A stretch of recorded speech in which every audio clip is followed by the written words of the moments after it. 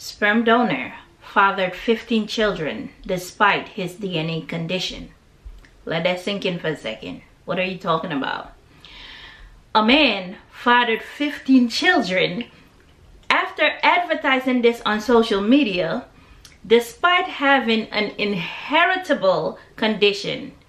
So he has a genetic condition, which means that his children could have difficulty learning. So the kids will become special needs. Let's go to the video, shall we?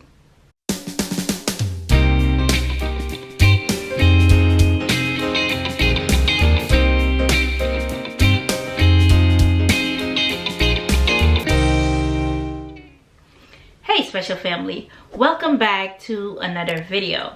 So you've heard the title right. Sperm donor fathered 15 children despite his DNA condition. So I'm gonna take you to the laptop and we're gonna go through this story together. Let's go.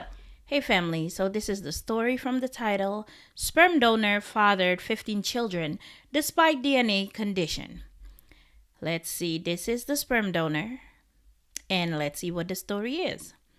A man fathered 15 children after advertising his sperm on social media despite having an inheritable condition, a court has heard. So that's a thing now? People offer sperm on social media? I didn't know that. James McDougall has a genetic condition, which means his children could have learning difficulties. At the court hearing last week, he was told he would not be able to contact 3 of his children. A judge allowed him to be identified to protect other people planning to use private sperm donors. Complex character. The 37-year-old application to have contact with 4 of his children was heard at Derby Crown Court. I think this was in England. During the hearing, it was revealed that he has Fragile X syndrome, an inheritable condition that cannot be cured. Despite knowing this, he still advertised his sperm for use by lesbian couples on social media. In a written judgment, presiding judge Mistress Justice Levin said he showed fundamental irresponsibility by acting as a sperm donor, adding he took advantage of the women's desire to have children. She described him as a complex character who suffered from learning difficulties and was on the autistic spectrum. I thought about it, but I didn't say it. But now that she says it, the minute they said learning difficulties, I thought about it. All right, let's see. Mr. McDougall advertises availability as a sperm donor on social media. The court reviewed Mr. McDougall's application to have contact with the 4 children who are cared for by 3 mothers. He regularly met with the first child, named SR, between October 2019 and March 2020, despite signing an agreement prior to donating sperm that he would not have contact. However, Justice Levin said the 3-page document was in highly legalistic language, which would have been difficult to read even for a lawyer. Oh, wow. Within the document, he did admit to having Fragile X syndrome, but there was no explanation of what it meant. The 25-year-old mother, named as SW, struggled to read and said she did not look at all of the agreement. Loses control. 2 weeks after R was born, Mr. McDougall was asked if he wanted to meet his child. He then had regular contact with R through SW, deliberately tried to minimize his access. Referring to an incident where Mr. McDougall was arrested in June of 2020. Justice Levin said he has a general demeanor as someone who gets very frustrated and loses control when he does not get what he wants. She said he was once prosecuted for harassment, calling SW partner 77 times in December of 2020. Ooh-wee. Using Mr. McDougall's sperm, SW later had a second child, referred to at the hearing as P. I can see why. I know you guys will say, why did she have a second child? But think about it.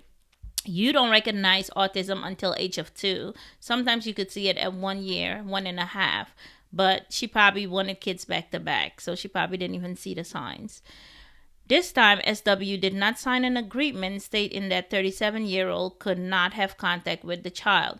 But Justice Levin said it was entirely clear she did not want him to see the 2-year-old. Justice Levin voiced concerns with SW's evidence, stating she lied about receiving about $7,000 from Mr. McDougal. However, she refused his application, listing concerns over the welfare of SWR&P. She said that R, now 3, was still not verbal and is behavioral challenging. He is autistic. The case was heard at Derby Crown Court. The second mother, referred to as EG, was said to be more capable of dealing with Mr. McDougal. She was clear throughout that she did not want the sperm donor to have any contact with her child, known as N, due to the fraught relationship between Mr. McDougal and the 26-year-old, Justice Levin said. She had no desire for him to be involved, refusing his application.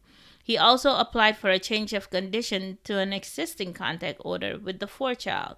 McDougal has had contact with the child, known as K, who recognized him as their father. The court adjourned this hearing to a later date. Public benefit. Concluding the report, Justice Levin took the unusual step of allowing Mr. McDougal to be named. She said she had no confidence he had stopped donating sperm or that he would fully explain his condition to any prospective mothers. Therefore, she allowed him to be named in the public interest as a consequence of the decisions he has made. She said there was a very specific benefit in him being named, in the hope that women will look up on the internet and see this judgment. I think that's very fair of the judge. So here's a man who has Fragile X syndrome. His kids will have learning disability. They can be autistic, and most of them are, reading from the report. And he sort of kind of enclosed it in paperwork, but did not explain what exactly the Fragile X syndrome was. And being that the paperwork was so complex that not even a lawyer could make it out, according to the judge, the mothers didn't understand either. They just wanted a child so bad that they didn't look further deep into it. And that's the difference between having a sperm donor from social media and having a sperm donor the right way. Would I call it the right way? The expensive way. But the way that you should go to, because they rule out all of these things and they make you aware of these things. So that's why it costs so much more to go the other route. Now, there's a warning, and I wanted you to listen to this video about the warning that's put out there for people who are considering getting a donor online. That this can be one of the things that can happen to you if you consider going the social media route for a donor. IVF on NHS is not very it's not guaranteed. So that's why we started looking into artificial insemination with sperm donors. Okay, we're a same-sex couple, but we still deserve the right to have a family. So what's this one like? What's that?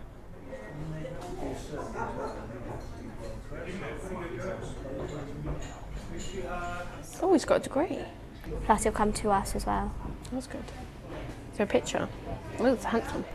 It's not as if we're just going to go and meet Joe Bloggs off the street. We are actually interacting with them, asking about them, getting background on them. It's just not a stranger. It's less safe like going for a one-night stand, to be fair. Yeah, well, it's safer. So, yeah, it's safer doing it our way, because at least you know some information about them.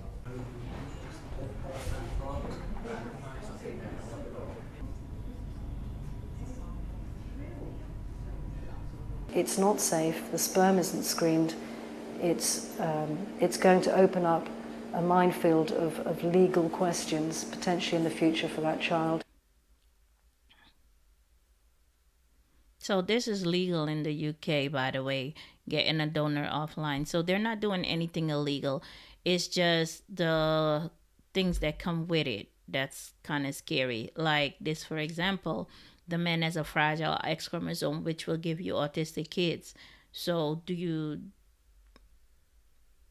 if you have to compare it between IVF and the guy on social media, which one would you think is safer? I'll leave that up to you guys to answer in the comments below. If you went this route, or if you have any knowledge of someone who went this route, please comment it below and let me know what you think about this story and what you think about going this route. I hope this video was helpful, and I'll catch you in the next one. Bye.